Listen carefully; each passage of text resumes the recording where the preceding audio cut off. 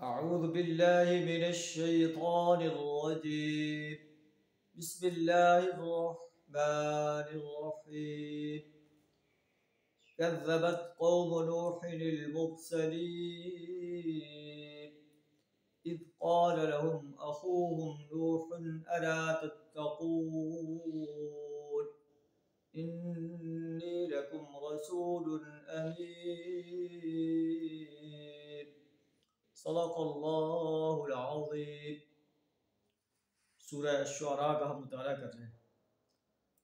سورہ الشعراء مکی صورت ہے. مکی صورتوں کے اندر توحید اور رسالت اور آخرت پر بڑے مدلل انداز سے بیان فرمایا گیا ہے. اس صورت میں مختلف انبیاء علیہ السلام کے واقعات بیان فرما کر اللہ تعالیٰ کفار مکہ کو وارننگ دے رہا ہے کہ جو لوگ اپنے رسولوں کی دعوت کو ماننے سے انکار کرتے رہے انہیں اللہ نے اس دنیا سے نیست و نابود کر دیا ہے، ان پر عذاب کے کوڑے برسائے ہیں. اگر تم بھی نبی صلی اللہ علیہ وسلم کی دعوت کو ماننے سے انکار کرو گے تو تمہیں بھی اللہ کے عذاب سے کوئی نہیں بچا سکے. حضرت نوح علیہ السلام کا واقعہ بیان فرمایا جا رہا ہے کہ کذبت قوم نوح المرسلین، قوم نوح نے رسولوں کو جھٹلایا. ایک رسول کا جھٹلانا تمام رسولوں کو جھٹلانا ہے. جب ان کے بھائی نوح علیہ السلام نے ان سے کہا تھا کیا تم ڈرتے نہیں ہو کہ اللہ کی بندگی کو چھوڑ کر بتوں کی بندگی کرتے ہو؟ فَإِنِّي لَكُمْ رَسُولٌ أَمِينٌ، میں تمہارے لیے ایک امانت دار رسول ہوں. تم میری زندگی کو پہلے بھی جانتے ہو، اب بھی جانتے ہو کہ میں ایک امانت دار انسان ہوں، امانت دار رسول ہوں، اور میں تمہیں اللہ کے عذاب سے بچانا چاہتا ہوں. میں تم سے کوئی اجر کا طالب نہیں ہوں، میرا اجر تو اللہ کے ذمہ ہے. فاتقوا اللہ، بس تم اللہ سے ڈرو، اللہ کے غضب سے ڈرو.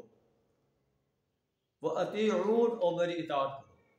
یعنی اللہ کے غضب سے ڈرنا اور اطاعت جو ہے اللہ کے رسول صلی اللہ علیہ وسلم کی کرنا، یہ نبی صلی اللہ علیہ وسلم کا پیغام تھا، آپ کی دعوت تھی، اور سب انبیاء یہی دعوت دیتے آئے.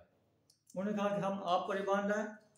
آپ کی اتباع تو رذیل آدمی نے کی ہے جو بڑے گھٹیا قسم کے لوگ ہیں، اور جو ہے ان کا جو منظر ہے کہ ہم رذیل آدمی کے ساتھ کیسے بیٹھ سکتے ہیں. یہی بات کفار مکہ سرداران قریش نبی صلی اللہ علیہ وسلم کو کہتے تھے.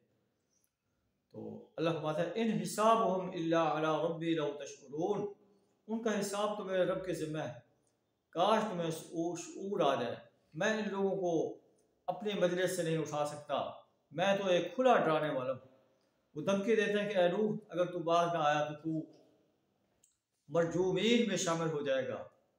آپ اللہ سے دعا کرتے ہیں کہ اے اللہ میری قوم نے میری تکذیب کی ہے، اب تو میرے درمیان اور ان کے درمیان فیصلہ کر دے. اللہ فرماتا ہے کہ ہم نے نوح علیہ السلام اور آپ کے ساتھیوں کو عذاب سے نجات دی اور باقی لوگوں کو پانی کے عذاب میں غرق کر دیا. تو یہ منظر دکھا کر کفار مکہ کو بتایا جا رہا ہے کہ تم سنبھل جاؤ، نبی صلی اللہ علیہ وسلم کی اطاعت کرو، ورنہ اللہ کے عذاب سے تمہیں کوئی نہیں بچا سکے گا. اللہ سے دعا کر ہمیں اپنی اور اپنے پیارے رسول صلی اللہ علیہ وسلم کی زندگی کے ہر شعبے میں اتباع کرنے کی توفیق عطا فرمائے. وآخر دعوانا ان الحمد للہ رب العالمین.